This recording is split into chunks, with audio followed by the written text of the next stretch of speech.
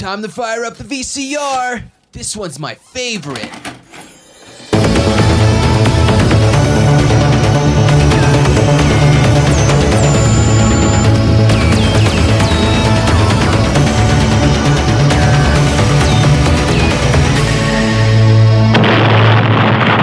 That was gold. Welcome to Analog Jones in the Temple of Film. I'm Steve. And I'm Matt. And we are a VHS podcast that looks at the trailers, the box art, and behind the scenes. And at the very end, we put something in our museum, just like Indy. We wax nostalgia. Talking about videotapes. So enthusiastic. Yeah. It's like, what am I going to say right now? Why did I open my mouth? Well, we've got this is the number 2? Yes, of Dinosaur Month. Of Jurassic June, and we did Dinosaurs, a fun-filled trip back in time. Did you ever see this as a kid? So this incarnation, no. Now, we'll get into it when we talk about the movie, but basically it's broken into pieces. I have seen the stop motion, but I have not seen this video, which has like a framing device and everything like that. I have not seen this. Yeah, so you've seen the 1984 Will Vinton Productions claymation of this. But this tape actually came out in 87. And has some extra footage. So I did see this as a kid. I saw this in school, I want to say 2nd or 3rd grade. And that's the whole point of this tape, is to introduce children to dinosaurs. Yeah, it's a learning tape, for sure. And that's honestly probably how I saw the stop motion portion, was probably in school as well, just like a different tape. So we both have a tiny history with this. I remember this. I definitely didn't remember all the stuff at the beginning, but I remembered a decent-sized portion of this claymation of the dinosaurs. So let's get into it, Matt. Why don't you break down the box art on this? This is a Golden Vision tape, and it says so at the top here, and it is Dinosaurs, ! Fun-filled trip back in time, as we mentioned. It's a Golden Book video as well. Discover the real monsters who dominated the Earth for millions of years. And it's just one picture, kind of in a grid box, and then within it, the picture is just like the two dinosaurs eating together from the stop motion portion. Mm-hmm.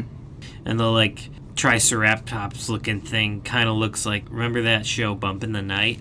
Oh, the little, yes. It looks like the blue guy from that. That's what it like immediately shot my brain to.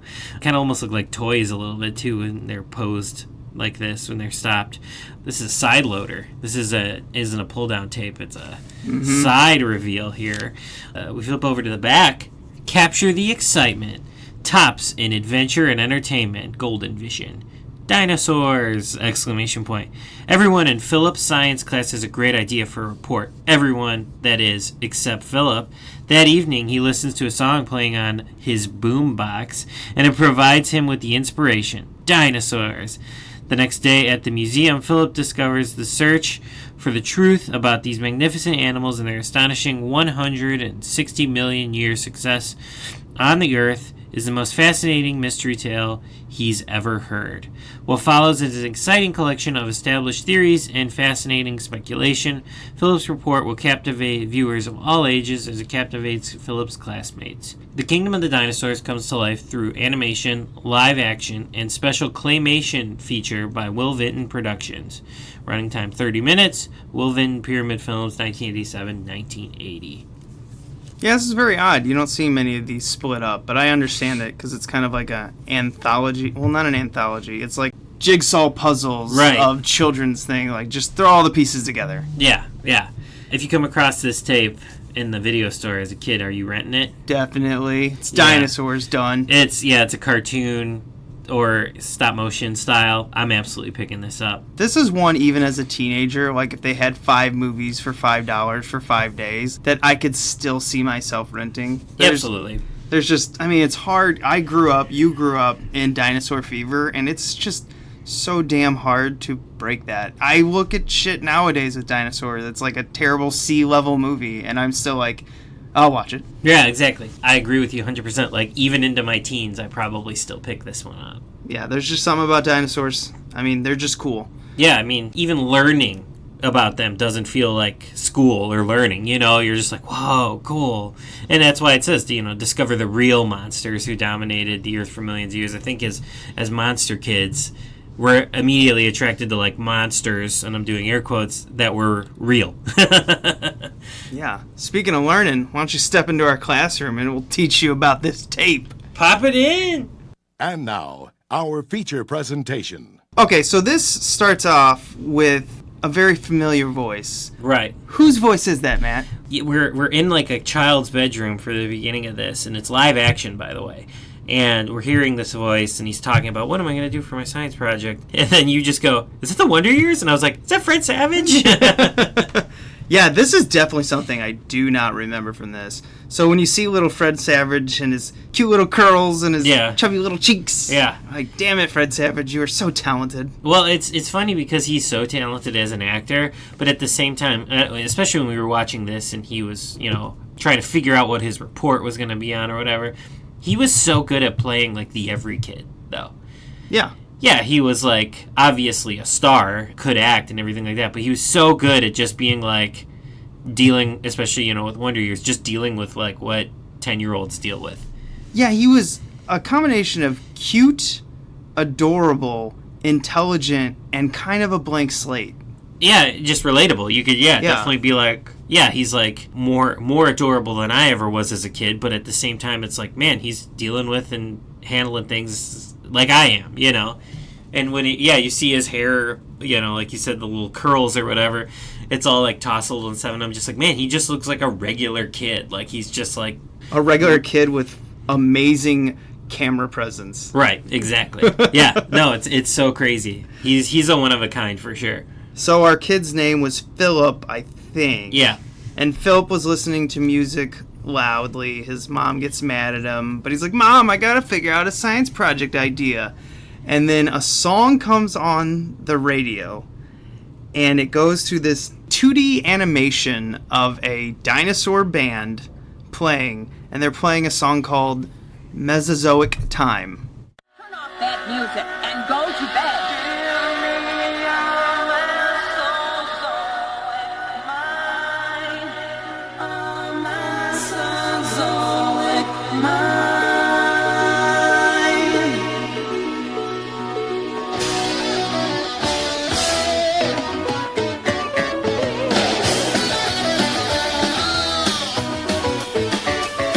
Last night I had a crazy dream. I fell out of my bed.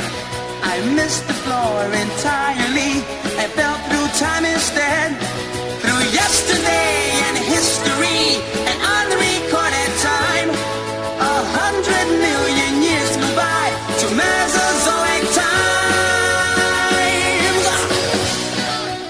I think that's how you pronounce that time period. Yeah. Yes. Yeah. And it's got a very 90s look, but kind of like a 80s hair band sound. Yeah. It was an odd combination and a very weird song. Yeah. You learn about some of the dinosaurs, like they don't go through them all, which I just thought was like kind of weird, that they're like, this dinosaur, like they pluck certain ones to talk about. And I'm sure it's just like what rhymed, but like just a weird thing. And it's like 5 minutes long. It's like pretty long. It's too long. Yeah, it's too long. It needed to be cut down to about 2.5 or 3. This is for kids here. Attention span's low. It was put together by a band, I think, called Charmed. Don't have any clue if that's a real band. They weren't on Wikipedia, so I'm not doing any further research. Yeah, sorry, there. fans. Stops there. Yeah, and it's sort of our first break. So, like, at this point, I was like, oh, okay, this is what this video is going to do. Because I knew there was stop motion coming later. We got, like, this Fred Savage live-action wraparound. And then we get breakdown. We get, like, certain things. So, like, yeah, he hears this on the radio. So we go to this whole 5-minute video, music video. And then it comes back to Fred Savage. And then he's going to go to the museum, which is, like, sort of the next break. This is very crude animation, too, that they use for this one. Oh, for the 2D band animation? Yeah. Oh, yeah, it's kind of just like, well, it's actually, when I looked at, we'll talk about it behind the scenes, it's kind of what Golden Book Video started doing, because their first sort of thing that they did was they were taking their books, their like little Golden Book series, and they just sort of like were taking the actual pictures from their books and just like sort of moving them. So it was only like just like very rudimentary animation. Very poor, almost like storyboard animation. Right. In a way.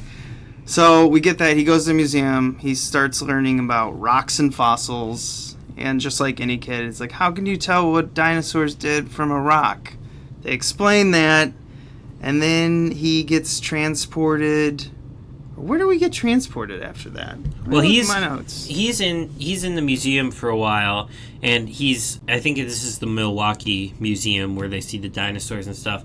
And then it breaks off into some like 2D chalkboard animation. Well, that's next. Because I remember the dinosaur park in Milwaukee, like postcard he puts down. Then he goes to school, and that's when it starts the Will Vinton. Oh, animation. yes. And that's when we lose Fred Savage's voice because he was not part of this. Right. This is when it goes to like the 84. Because the chalkboard animation starts and it's wacky. Yeah, it's fun though. It's good. That's what I remembered about this. That's like, I've seen that before. I said it was definitely done by old school hippies because for sure. It's way out there. And this, yeah, so after we do the Fred Savage at the museum portion, that's what basically takes over the video. That's all that's left. Yeah, it goes into like the veggie eater and the meat eater, which is on the front cover of this box art, and we learn that some of them ate vegetables, some of them ate little bitty creatures, or even other dinosaurs. Right. Read the lunch menu. Some dinosaurs were herbivores. Now that means that they ate only plants. They were harmless creatures with teeth suitable only for chewing soft plant food. It's this Brussels sprout. Ooh, that's ugly. Brussels sprout. But some dinosaurs had rows and rows of huge teeth. They were the carnivores. Yeah. That means they ate only meat. Floppy Joes, man. Ugh. Sometimes they ate other dinosaurs. I think I'm gonna be sick. And we see some of that in action too, because once they break away from the chalkboard, we go into like the what they call the Jurassic period then. So we cover Mesozoic earlier in the tape, and then later in the tape we go to the Jurassic.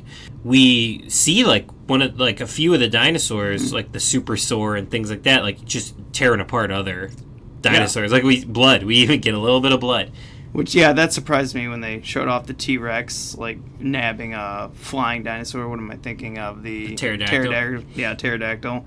I did love one of the facts on there is 100-ton Brachiosaurus has the brain the size of a kitten. Yeah. And it also has two brains, one at the top of its tail, because it could take over a minute pain sensory in the bottom of the tail to reach the top of the head because it was so far away. Yeah. The longest dinosaur measured 1/3 the length of a football field. That ought to keep everybody in the locker room.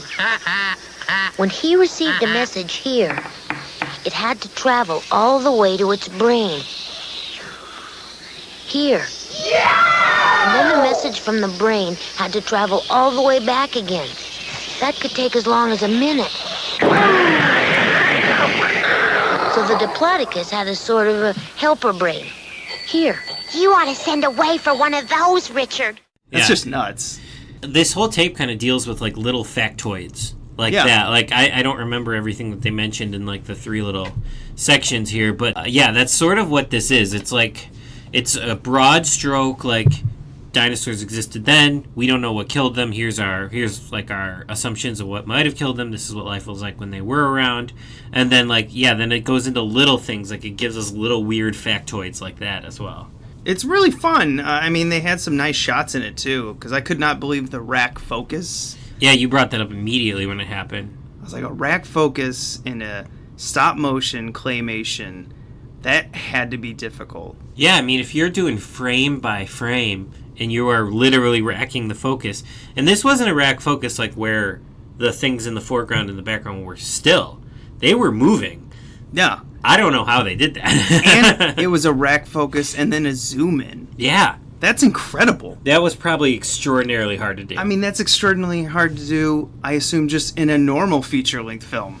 Yeah, to rack your focus, be in focus, and then move forward and have to keep that focus as and you then move it forward. goes into focus, as the foreground comes in. It was, I mean, that's a testament to how good Will Vinton's studio was. Yeah, I mean, there's a reason this is, multi-award winning short film.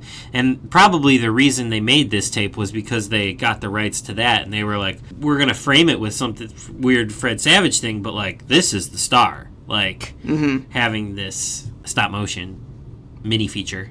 I mean, this is a great way for kids to learn. This is an excellent video. I would suggest it to anyone. Yeah, no, this would still be great in schools. It's timeless. Like, Fred Savage, like I said, he's the every kid, so it's relatable immediately. He's just listening to music while doing homework. Kids still do that. You know, like, it's timeless. You could still play this tape in a school today and, like, still get the same information to kids. Yeah, I wonder if they do play this at all. Or if it's too old, if they've got something else that's better. They probably do have some, like, CG animated thing. Some computer thing.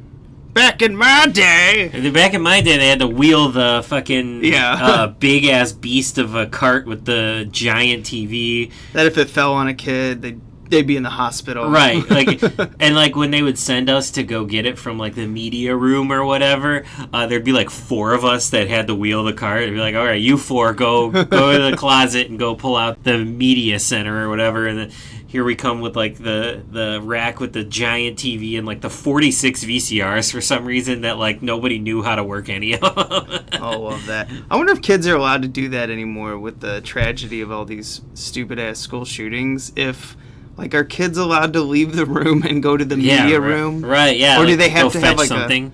have, like, 8 supervisors, like, follow them? Yeah. I don't know what schools are like now. Nope, no idea. So too removed. Scary. Too scary. Let's get into the behind the scenes on this. Behind the scenes on this, we didn't quite know what to focus on. So Matt here looked up the distributor. Yes, I looked up Golden Book Video, which was also credited as Golden Vision on this. So this was Golden Book Video started in 1985, and basically they took as I mentioned earlier, they took the little Golden Book series that they had. They would sell them under $10, which was cheap in 1985, and they would just do slight movement of their art from their books, and it was basically just videos of their books.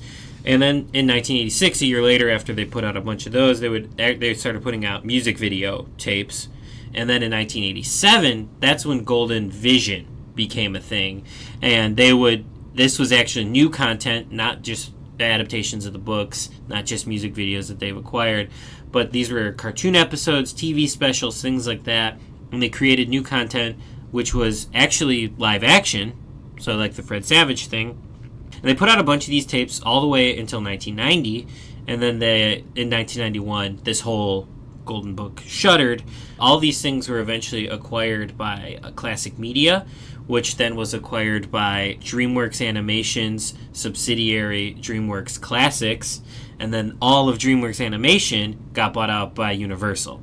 So in a long sort of rabbit hole, Golden Book Video all ended up at Universal. Wow. What a trip. Yes. So I looked up more stuff on Will Vinton's studios and kind of the awards. Now, they won a Gold Hugo and, the Chicago International Film Festival Award in 1980, and it also won the Houston International Film Festival. Looking into more of Will Vinton's production company, we won't go super far into it. We want to save it for hopefully some other Will Vintons. But they did do, the California Raisins. They did the Domino's Noid and a lot of other advertising that you'd notice. So it was kind of interesting because he is really a character. I know there's some documentaries on him. But I did see that it basically was bought out in 2002 by the Nike's owner. And then it was renamed Leica Entertainment. Really fascinating on that. But they ended up doing stuff like Paranorman and Coraline. Yeah. No, I really like Leica Studios. It's so weird that was born out of the Will Vinton stuff. Yeah, apparently he was not a very good business owner at the tail end there. Yeah, just spending entirely too much money. Sometimes this happens with these artists. They'll chase the art films of these and they forget to sell to the populace. Yeah, that's it. That's what it sounds like. It sounds like he also spent a lot of time developing projects that just never went anywhere. Yeah. So, I mean, it's got to happen. And Leica makes good stuff, too. So, it ended up working out. besides having seen this short before, my only connection to him would be the California Raisins.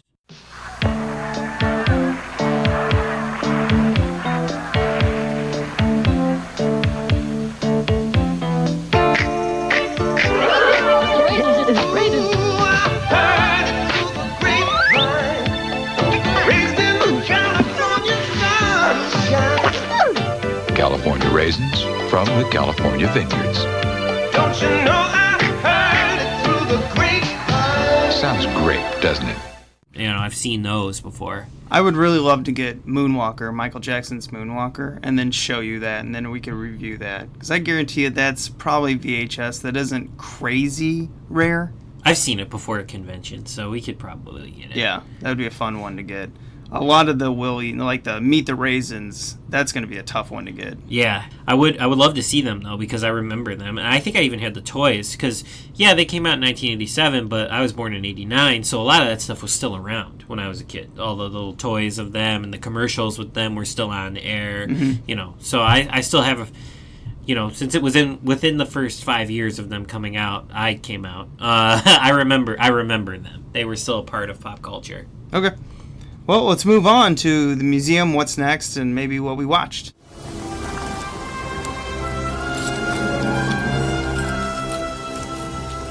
This is the second time I've had to reclaim my property from you. That belongs in a museum. So do you. If you're new to the show, this is the part of the show where we put something in our museum. We go out in the wild with all this plastic, and we find something good or bad to stick in our wings of the museum. Matt, I'm going to let you go first. I'm actually, I love the stop motion animation, but I'm going to put in the wraparound of the Fred Savage thing because they make it work.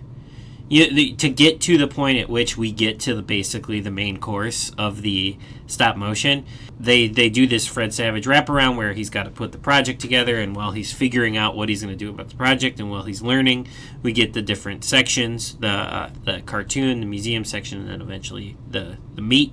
But that works. The way they handle it, I think it's a cute little wraparound. I'm going to put in, sort of adding something later that ended up working out.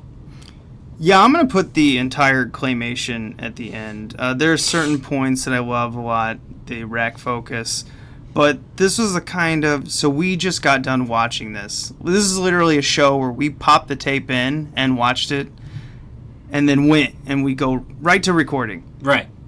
So there was a good 10 to 12 minutes where I don't think Matt and I said anything. Yeah, we were just watching this. Yeah, we were just into it. Like, sucked us right in. And I'm a chatter during these movies. I like to make little side comments and ask questions. Matt, you're a little bit more quiet. Yeah. So it was kind of interesting to see. We were basically zoomed in the entire time on the 17-minute claymation. Yeah. It was incredible. Yeah, and for those who don't know, and don't, didn't catch it at the beginning, this is only a 30-minute tape. This is a very short movie. That's why this episode's so short. But absolutely, still for pretty much the whole 30 minutes, even we were captivated. Yeah, highly recommend. You find this VHS, get it. Absolutely. If you catch this one in the wild, whether it's just the Dinosaurs Will Vinton animation or this golden video, with the wraparound, everything, either one, grab them. Absolutely. Yeah. Did you catch the Happy Time Murders trailer that just launched? Yeah, I did. It was attached to Deadpool 2, which I saw the other day. So when I saw the trailer, my kind of heart just grew 3 sizes. I have a love for odd puppetry, especially when you get into something weird and wacky like this. Now, I have no idea if this film's going to be any good, but the trailer made me laugh out loud by myself. Yes, agreed. Yeah, I laughed my ass off, and even if you strip the R-rated nature of the film away, I'm still interested because it's a wacky puppet movie. I'm in anyway. But then adding that extra layer of the dirty humor, I'm like, this is made for me. Sold. Yeah, I have a DVD of Meet the Feebles, Peter Jackson's Meet the Feebles. I have DVDs of Greg the Bunny. Right. I have a DVD of Puppets Who Kill that was on Comedy Central, and I think it was a Canadian production. There's just really weird stuff. And it's tough to find any of these because, without the Muppets or certain other ones, these just don't sell. They don't really have much of an audience. Yeah, I think it's us. I think that's all it is. And it's like the cult movie people, and there's not enough of us. Yeah. Yeah, no, like Meet the Feebles was not like a hit. It's a cult classic, but it's not a hit. I don't even know how he got that made. Yeah. I know nothing about the behind the scenes on that. No. Would love to. Yeah, it's an interesting one. I actually am not a big fan of that movie. It's like my least favorite Peter Jackson movie. Because it's fucking hard to get through? Yeah, yeah. And I mean, I don't mind that it's like gross and like offensive. I think that's great. I just think that the movie's like an hour and a half long. Like it's really hard to sustain that for that long, No, it needed to be like 40 minutes. Yeah, it would have been an incredible short, but as an hour and a half, it's more exhausting than anything. I respect that movie, but I don't love that movie. Okay, so since this trailer was in Deadpool 2, why don't you talk about it? Yeah, I'll keep it brief. I don't want to spoil it because it did just come out, and even by the time this episode airs, it'll only be out for 2 to 3 weeks, so I don't want to spoil anything. But I liked it. I thought it was a bit choppier than the original. The original's tight. The original's a really tight movie. Like, you could tell they've been working on that for years, Mm-hmm. This one is more just like, okay, the first one made money, let's just throw everything in the kitchen sink in there. But, that said, it works. It's a lot of fun. And they throw everything at you, and it might be a little overwhelming for the first few minutes, but after that, it's a wave of fun. I noticed on Rotten Tomatoes that it's got an 83 from the critics, and it's got an 86 from audience.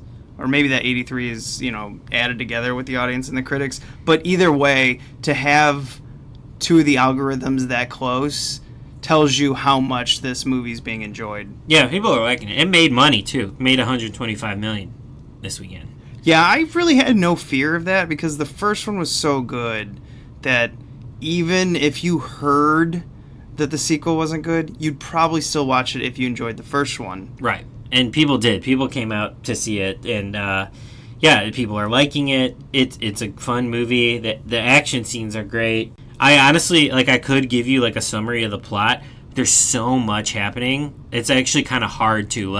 I was mindful that, the trailers that came out before it really didn't give much plot stuff away. And I was like, oh, that's kind of weird that, you kind of get very basic, nibbles of the plot. And then when I got to the movie, I was like, oh, that's why, because there's just constant stimulation, that's what Deadpool does. It's constant stimulation. It's everything in the kitchen sink. It's jokes a mile a minute. That's what it does. So is it whiplash filmmaking? Would you consider it, or is it better than that? Yeah, no, it's pretty. Yeah, it'll snap your neck if you're not ready for it. If you're just sitting in the seat and you're just like, okay, entertain me movie, it throws you in second one. So.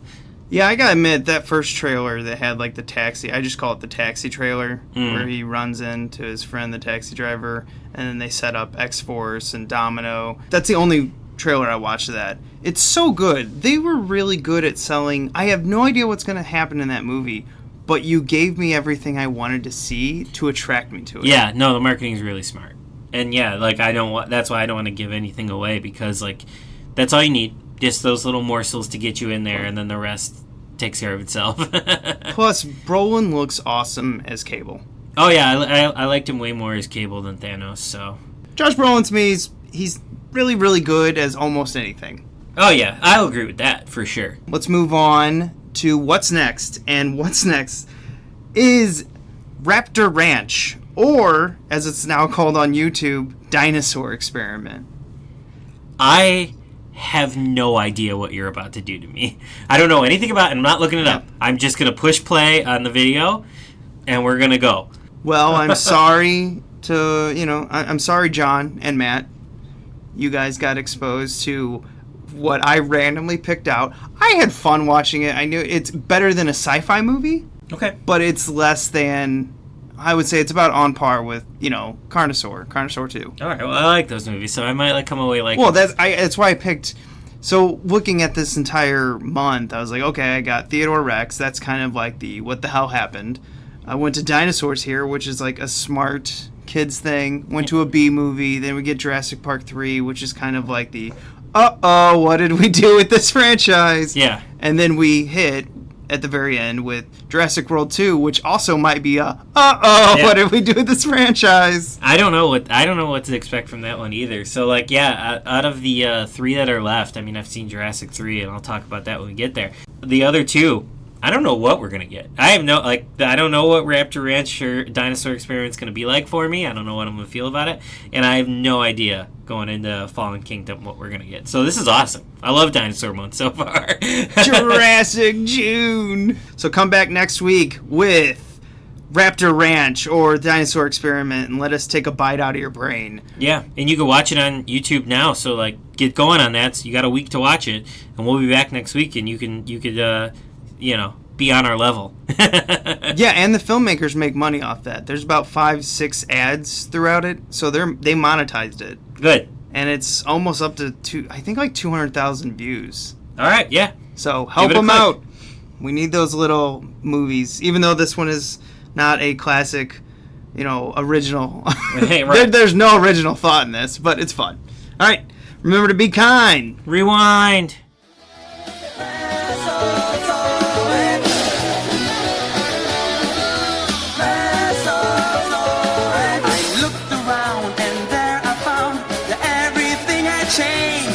The earth was full of